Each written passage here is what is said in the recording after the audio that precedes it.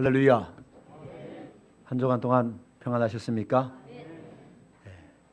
옆에 보시면 아주 잘생긴 분이 앉아 있을 겁니다. 예쁘신 분이 앉아 있을 거예요. 우리 사랑하는 지체들이죠. 서로 사랑과 축복의 마음을 가득 담아서 인사하시기 바랍니다. 사랑합니다. 축복합니다. 네.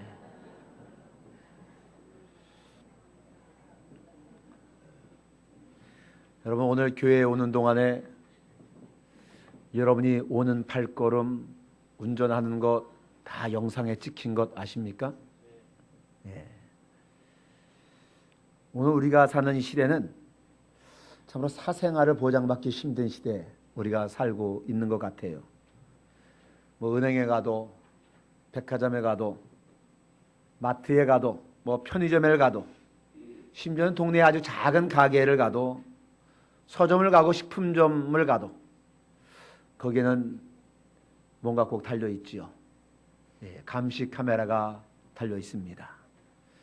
집을 나서자마자 엘리베이터를 타도 거기에도 카메라가 있고요. 회사에 출근해도 회사 사무실의 복도에도 카메라가 있고, 뭐 주차장 곳곳에도 카메라가 있지요.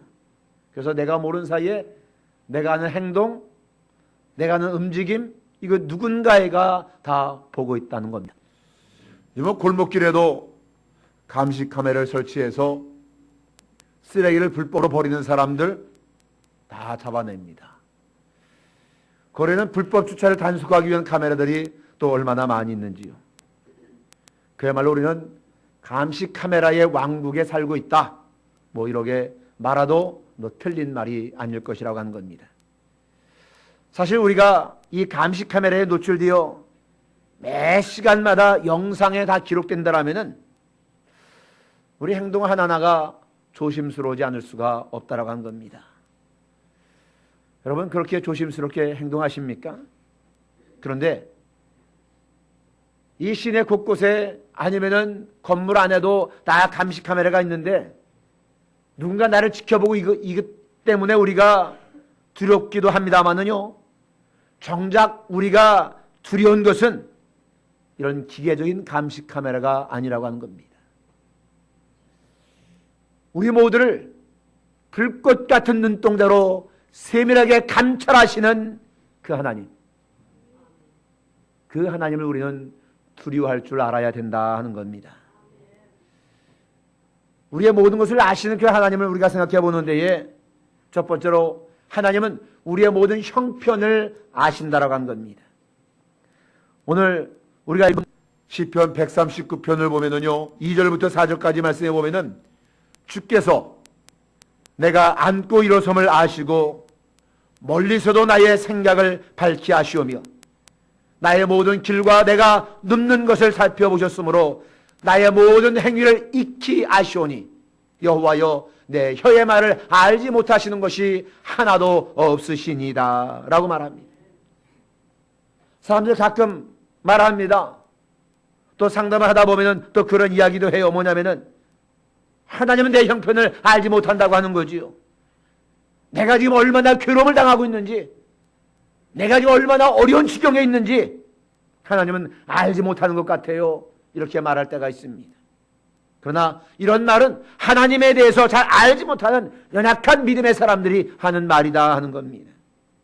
강하고 담대하고 승리하는 믿음을 가졌던 사람들, 그 사람들이 공통적으로 고백하고 있는 말은 뭐냐면은 하나님은 나를 아신다 하는 겁니다. 오늘 본문에서 다윗은 고백하기를 하나님은 나의 모든 길을 아신다라고 고백하고 있습니다. 또 열왕기상 8장 39절에 말하기를 주는 계신 곳 하늘에서 들으시고 사하시며 각 사람의 마음을 아시오니 그들의 모든 행위대로 행하사 갚으시옵소서. 주만 홀로 사람의 마음을 다 아심이니이다 라고 말합니다. 극심한 인생의 욥기서 23장 10절에서 고백합니다. 내가 가는 길을 그가 아시나니 그가 나를 단련하신 후에는 내가 순금같이 되어 나오리라. 예수님께서도 누가복음 16장 15절 말씀하기를 너희 마음을 하나님께서 아신다라고 말씀합니다. 이처럼 믿음의 승리자의 공통된 고백은 바로 하나님은 나를 아신다 하는 겁니다.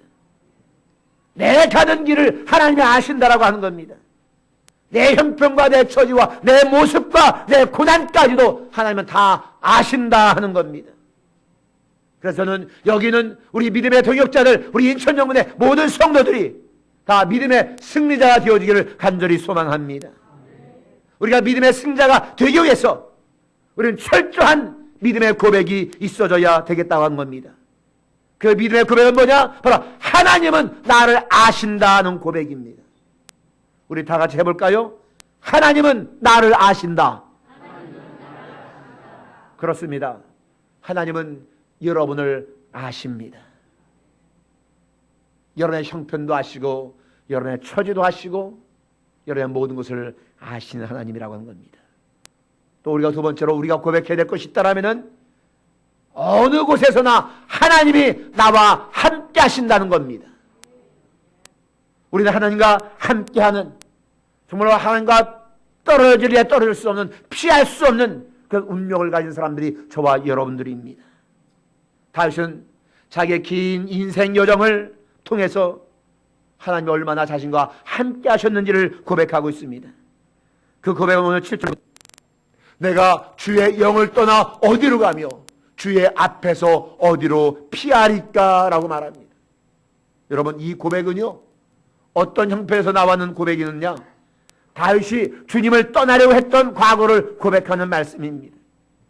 다윗의 삶은 너무나 힘든 삶이었습니다. 그는 어려서 목동의 삶을 살았고요.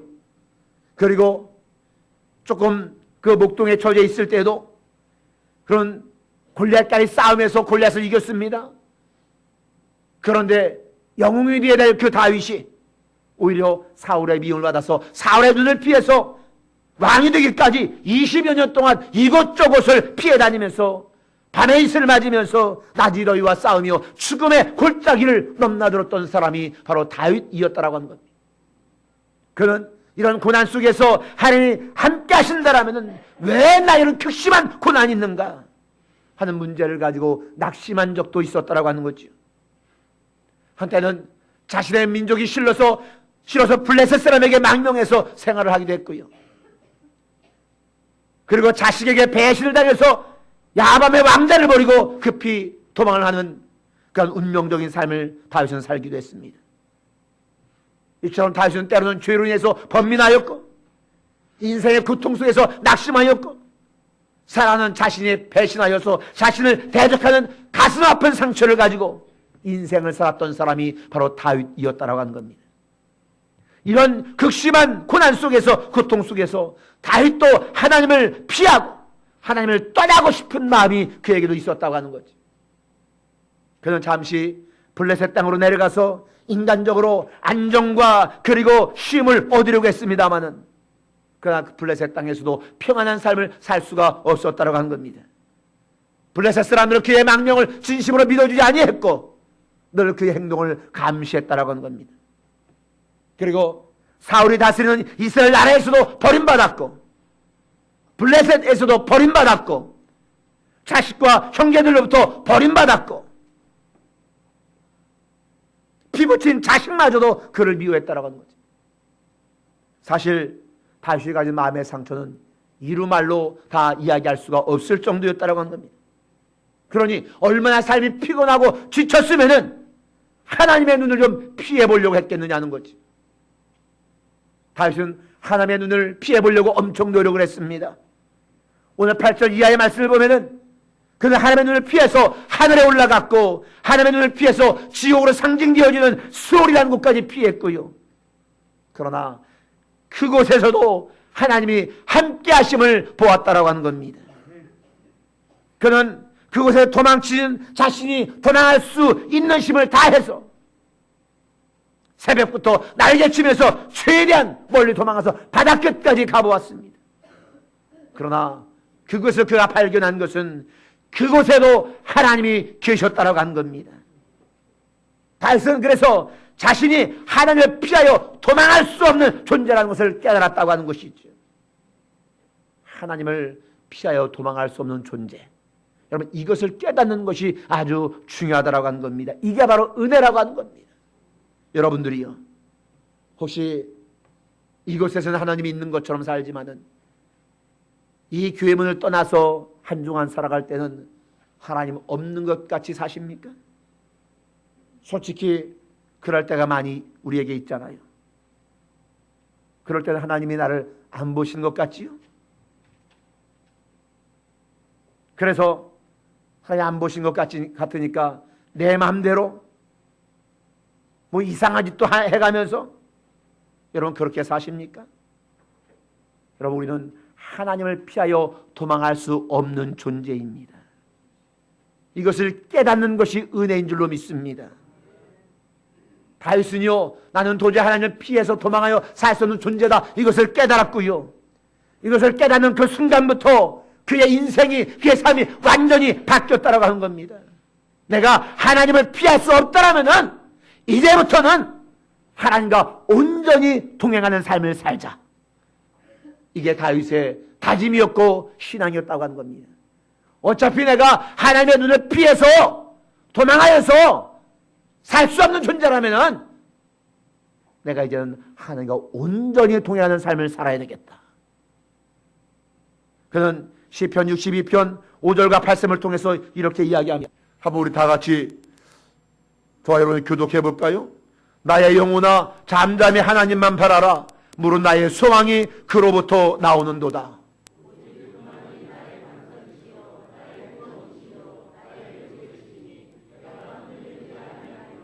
나의 구원과 영광이 하나님께 있으며 내 힘의 반석과 피난처도 하나님께 있도다.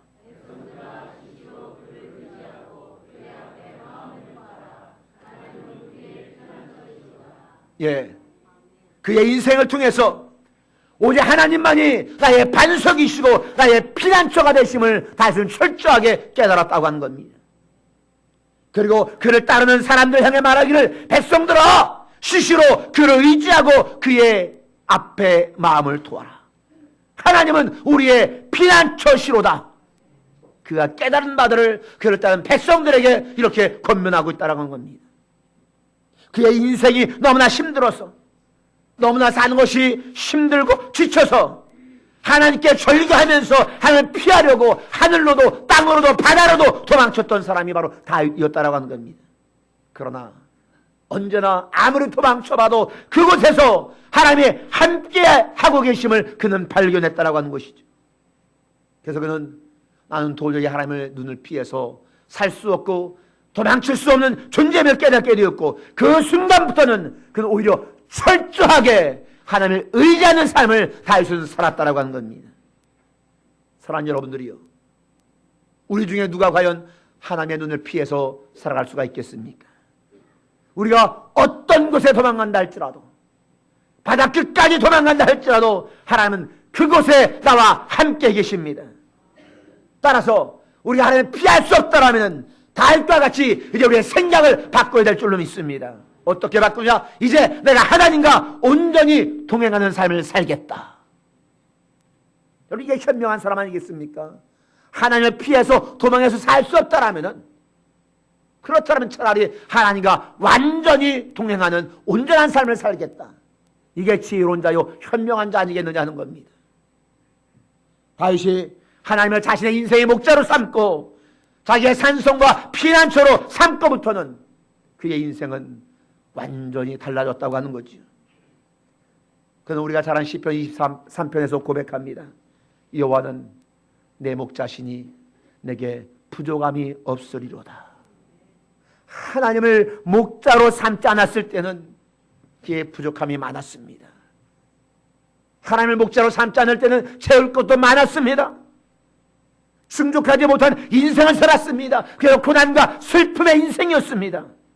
그러나 그가 하나님을 목자로 삼고 하나님을 그의 인도자로 삼고, 그러고 나서부터는 어느 곳에서나 하나님의 자신과 함께함을 깨닫게 되었고, 그것을 깨닫는 순간부터는 사망의 음침한 골짜기를 가도 그는 행복했다 하는 겁니다. 자신의 원수가 자신의 눈앞에 있어도 두려움이 없었다라고 하는 겁니다.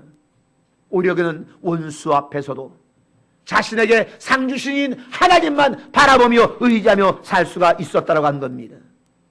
다윗은 자신의 그 인생의 선하심과 인자심이 반드시 따르리니 내가 여호와의 집에 영원히 거하리로다. 이때부터 그야말로 다윗의 삶은 하나님 중심의 삶을 사는 겁니다. 하나님의 집을 중심에서 살고요, 하나님을 의지하는 삶을 살게 되었고요, 그래서 어느 곳에 가든지 어떤 상황에 처하든지 그는 하나님을 떠나지 않냐고 하나님과 동행하는 삶을 살았다라고 하는 겁니다. 여러분, 승리하는 사람의 공통적인 고백은 다른 것이 아니라 하나님이 어느 곳에서나 나와 함께 하심을 고백하는 겁니다. 여러분의 인생도 하나님이 함께 하시는 줄로 믿으시기 바랍니다. 그런 날마다 우리가 고백하기는 하나님은 나와 함께 하신다. 이 고백이 저와 여러분들에게 있어지기를 바랍니다. 지금도 하나님은 우리와 함께 하십니다. 할렐루야. 예수께서 이 땅에 오신 것도요, 임마누엘의 하나님으로 오셨다라고 하는 겁니다. 세상 끝날까지 나와 함께 하시기 위해서 이 땅에 오셨다라고 하는 겁니다. 우리가 이렇게 나와 함께 하시는 하나님을 의지한다라면 우리가 아무리 사망의 음침한 골짜기를 다닐지라도 거기서 기쁨을 얻을 수 있는 믿음의 사람들이 될 수 있기를 주의 이름으로 간절히 축원합니다. 세 번째로, 함께 하시는 하나님을 통해서 모든 일이 형통하게 됨을 우리는 고백해야 되겠다는 겁니다. 여러분, 승리하는 믿음의 사람들은요, 오직 하나님을 의지해서 어둠 속에 있지만 그 어둠 속에서도 빛으로 살았다라고 하는 겁니다. 오늘 11절과 12절, 내가 혹시 말하기를 흑암이 반드시 나를 덮고 나를 두른 빛은 밤이 되리라 할지라도 주에게는 흑암이 숨기지 못하며 밤이 낮과 같이 비추나니 주에게는 흑암과 빛이 같음이니이다. 여러분, 이 말씀의 뜻이 무엇인지 아시겠습니까? 한마디로 이야기하면 하나님에게는 흑암이나 빛이나 별반 차이가 없다고 하는 거예요. 내가 볼 때 내 인생에 지금 흑암일 수 있습니다. 내 인생에 지금 고난 속에 있고 말할 환난을 당해서 아주 어둠 가운데에 흑암 가운데 있는 인생으로 느껴질는지도 모릅니다. 너무 캄캄해서 너무 캄캄해 앞이 보이지 않냐고 장래가 보이지 않고 이것이 내 인생일는지도 모릅니다. 그러나 여러분, 한 치 앞도 내다볼 수 없는 것이 우리 인생이라고 하는 거예요. 이런 이야기가 있습니다. 어느 장로님이 목사님과 함께 병원에 전도하기 위해서 문병을 갔답니다. 나이들 할머니가 이제 침대에 누워 있는데 그 할머니에게 복음을 전하면서 이런저런 이야기를 하게 됩니다. 마침 침대 옆에 보니까 아주 맛있어 보이는 아몬드 땅콩이 있는 거예요. 목사님이 그 할머니에게 열심히 복음을 전하는 동안에 장로님이 그 땅콩을 하나씩 하나씩 먹습니다. 먹다 보니까 그만 다 먹어버렸네요. 그래서 너무나 죄송하고 미안해서 할머니가 안식을 다 먹은 그 미안한 마음에, 할머니, 제가 그만 땅콩이 너무 맛있어서 땅콩을 다 먹었네요.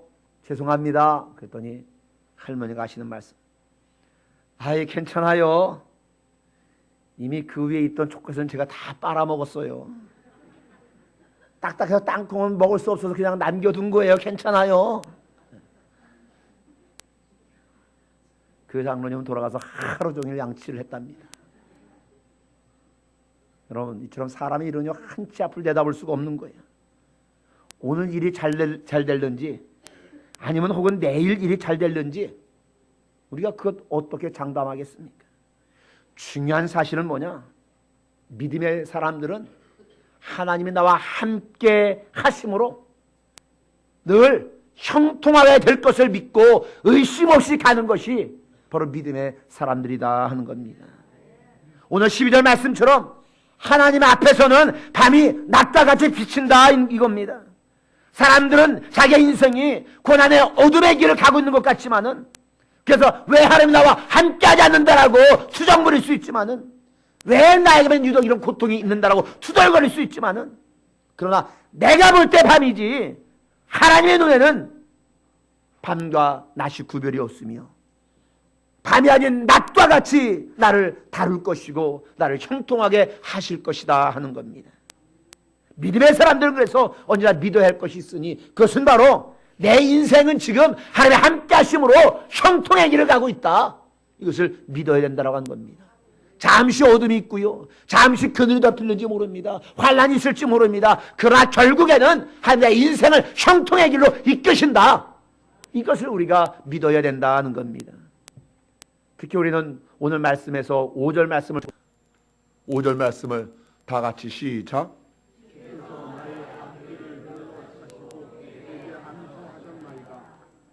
아멘이십니까? 주께서 나의 앞뒤를 둘러싸시고 내게 안수하셨나이다.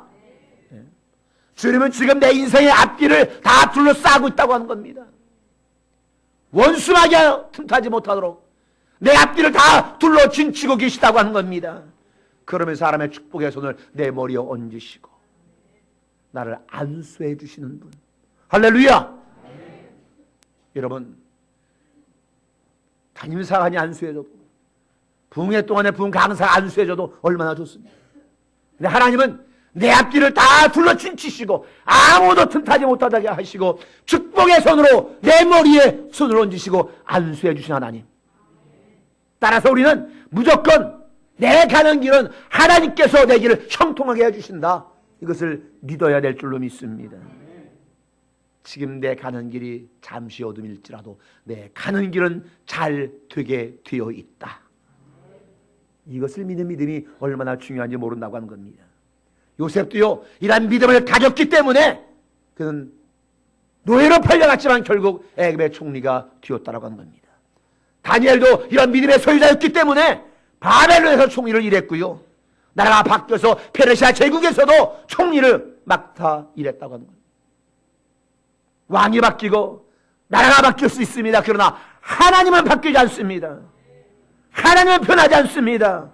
하나님은요, 빛과 어둠의 환경과 아무런 상관없이 우리를 언제나 형통의 길로 인도하시는 하나님. 할렐루야.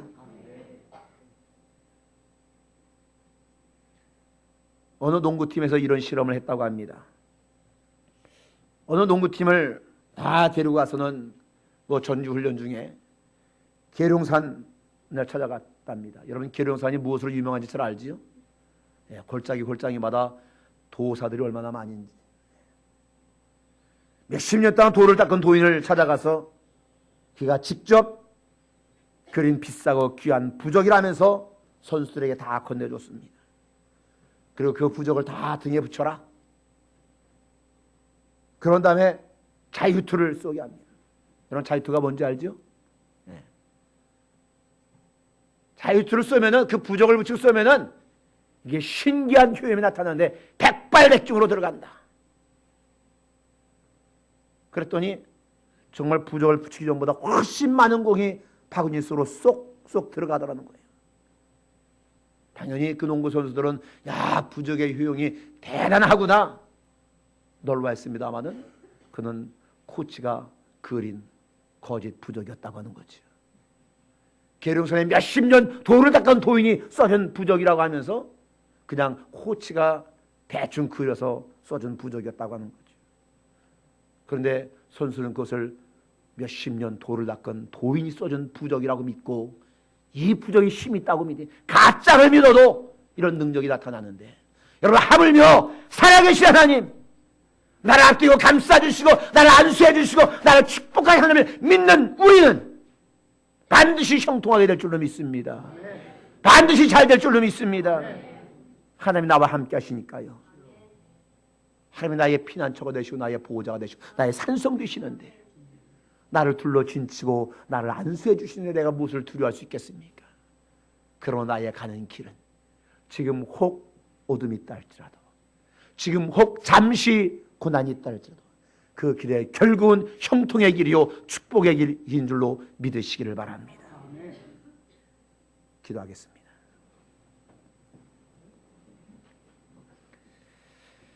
하나님 감사합니다. 우리 하나님은 나의 모든 형편을 아시는 하나님인 줄로 믿습니다.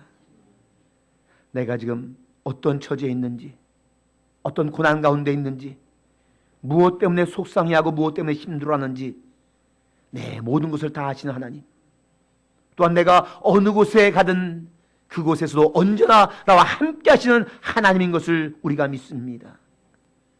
세상에 많은 사람들 날 떠날 수 있습니다. 나를 배신할 수도 있습니다.